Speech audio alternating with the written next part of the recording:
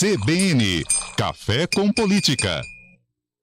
Seguimos falando sobre as propostas das câmaras de vereadores para garantir algum tipo de investimento, melhoria ou pelo menos a sensação de segurança para as escolas. Agora aqui em Campinas, um dos vereadores, por meio de indicação, está demandando ao executivo a instalação de cerca elétrica e porta com detector de metais em todas as escolas municipais, centros educacionais.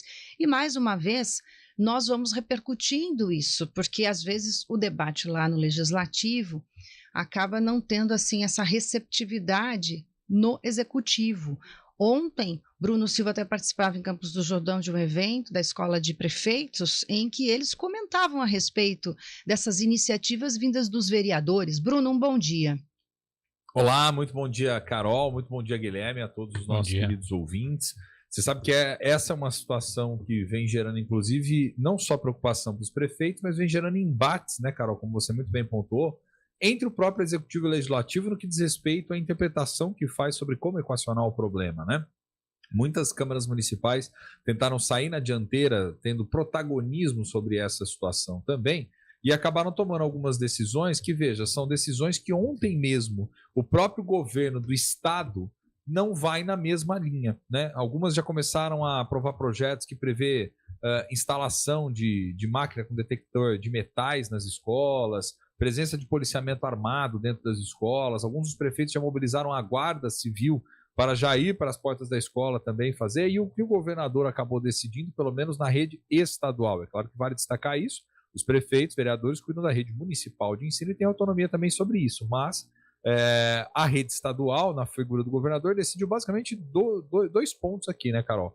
Primeiro, contratação de psicólogos a fim de que eles possam dar algum tipo de serviço de guarida para entender um pouco mais a situação desses jovens. E segundo, contratação de segurança, mas de força de seguranças não militares, ou seja, não armadas, para estarem dentro da escola e entrarem em convívio aí com esses jovens, né? Então são linhas diferentes de interpretação, algumas câmaras têm adotado essas posturas rapidamente, até para tentar dar uma certa sensação de segurança maior para a população, mas essas medidas precisam ser debatidas com mais calma. Em alguns lugares, ao invés de já sair decidindo, os vereadores têm optado em convocar audiências públicas, convocando a comunidade escolar, convocando o poder público, representantes também da sociedade como um todo, para tentar ampliar o assunto e ver de que forma é possível desenhar uma solução. A gente até comentou ontem, foi a cidade de Valinhos que fez uma audiência, teve outras aqui da região também, mas de fato não tem sido unânime isso. Algumas cidades somente estão tomando essa iniciativa de primeiro fazer audiência, conversar, reunir prefeitos, secretários, educadores para poder debater. Agora, interessante é que uma das maiores, mais importantes pesquisadoras de Campinas, que fala sobre esse problema de convivência na escola, radicalização na juventude, até uma Vinha, que é da Universidade de Campinas, lá da Faculdade de Educação, ela falou o seguinte, que essas mensagens também veiculadas pelas redes sociais que tratam dessas fake news e dessas ações que poderiam estar acontecendo ou vão acontecer nas escolas, têm características para ela de um movimento organizado para causar pânico.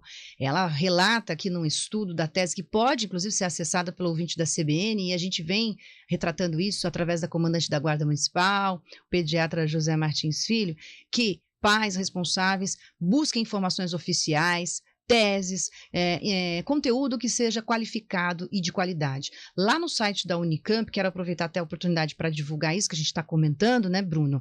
É muito interessante que a professora, ela faz um estudo trazendo bastante material e repertório para esses pais, para que eles possam refletir, conviver e tentar entender as formas e maneiras de agir também, porque a nossa intenção aqui também é contribuir para que os pais possam ter ferramentas, textos para poder lidar com a situação junto aos filhos. E essa iniciativa me parece muito mais agregadora, assim como audiências. Nesses casos, audiências fazem toda a diferença numa cidade. Não, Bruno, porque quando você vê as autoridades reunidas falando do assunto que te aflige, é muito importante. Eu sinto isso como cidadã.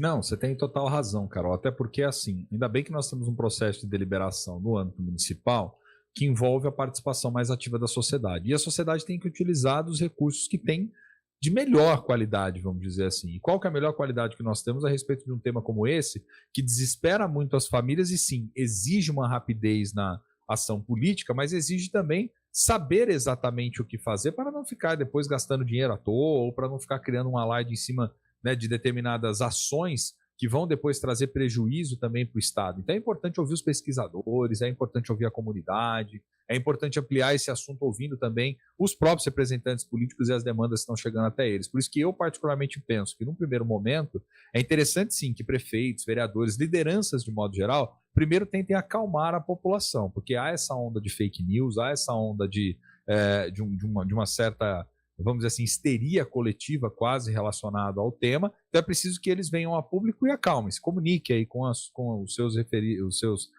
respectivos representados, né?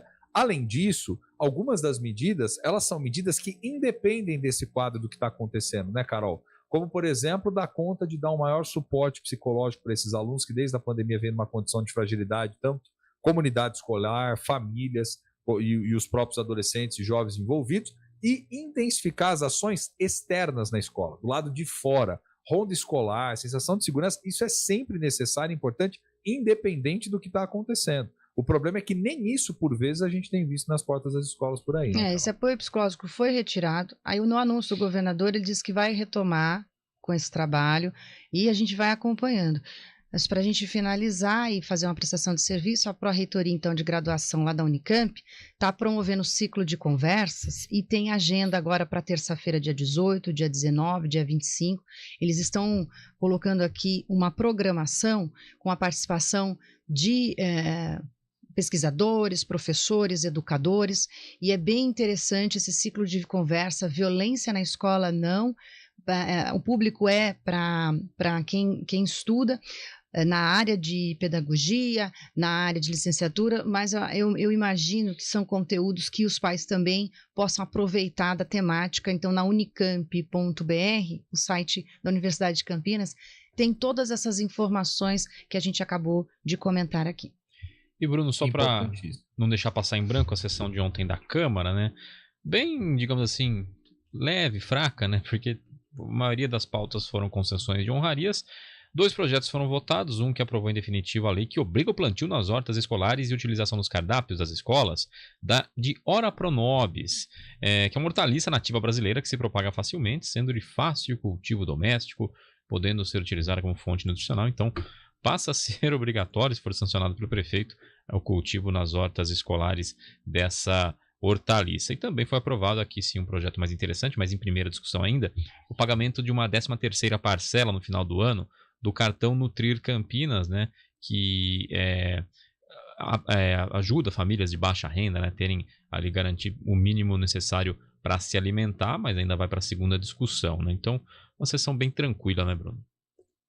Sessão muito tranquila dessa vez, né, Guilherme? Sem nenhum tipo de embate mais incisivo. Acho que diante de tantas coisas que a gente vem falando aqui nos últimos tempos de agitação política, né? Acho que essa foi relativamente tranquila, né? Projetos que tenham consenso aí, que sim, claro, tem a sua importância, sobretudo pensando nas estratégias de segurança alimentar e no papel que é possível desenhar no âmbito do município.